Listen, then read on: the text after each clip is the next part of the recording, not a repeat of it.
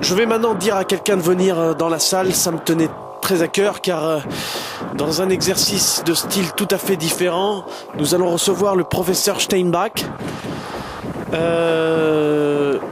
Professeur, je vous en prie, venez. Quelqu'un peut aider le professeur à se lever de sa chaise, s'il vous plaît. Oui. Oui, attendez, j'ai encore un coup de fil à la cour. C'est Sainte-Anne. Oui, allô. Oui, le professeur Steinbach sera de retour. Il sera de retour à l'hôpital à 19h. Ok. Bon, professeur, oui, bah ça y est, ramenez-le dans la chaise. Vas-y, relève. Merci. C'est Dark Vador. La vie avant, pour moi, ne passait que par la maîtrise de l'Alexandre. Et je domptais la prose tel Guillaume Tell la pomme. Oh, l'écriture. Oh, distraction salvatrice, évocatrice et descriptrice des temps présents, passés et futurs. Plus qu'un passe-temps, la poésie en mon temps fut ce que le cinéma est pour vous. Florilège d'images d'Épinal, déformant la réalité et l'embellissant pour en extraire sa substance la plus substantielle. Tu nous endors. J'étais le chef de mon club de poésie depuis mes primes jeunesse en scout de France. On y enseignait le Dubélé, Apollinaire étaient mes références. Je gagnais successivement la Plume de Genève en 1983, les Lauriers de Saint-Gervais en 85 et je fus même décoré à l'Élysée d'une Légion d'honneur Accélère, papy. par l'Académie française. Accélère, passe la Maître Capello Et la Starac. étant un de mes plus fidèles amateurs. On s'en fout.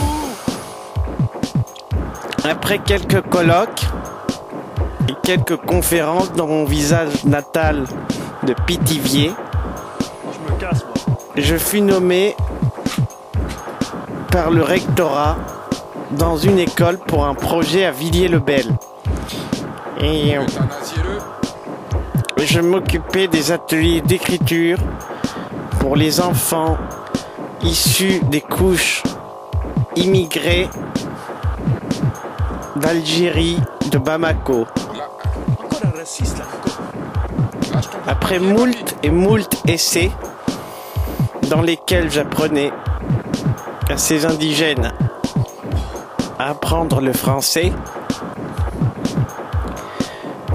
je fus surpris quand un jour je reçus un colis piégé à mon domicile et une lettre de menace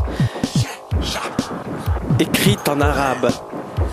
L'expertise de la police de ma ville déclara que le couscous que je reçus à mon domicile était piégé. Plus de 75% de morora. Comme ta pose.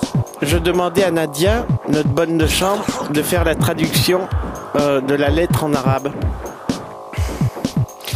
Quelle ne fut ma surprise lorsque j'appris que j'étais sommé de partir du quartier.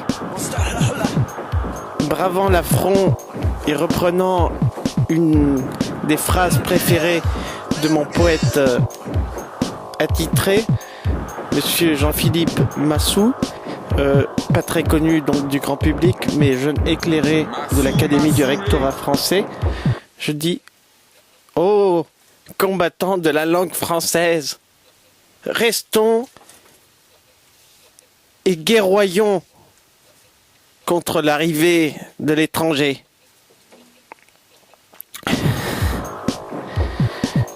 Je me rendis donc au lycée de Villiers-le-Bel et à la surprise générale, les enfants me jetèrent des pierres. Je fus frappé au visage. Je fus brûlé à coups de cigarette. On me jeta des frigos et je me retrouvai prisonnier dans une cave d'un bâtiment.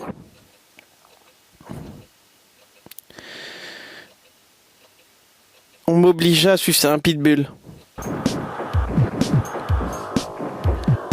je décidais à l'instant d'arrêter toute forme de poésie et de mettre fin à ma collaboration avec la littérature française. Bon, bah là c'est bon, là t'as fait fuir tout le monde.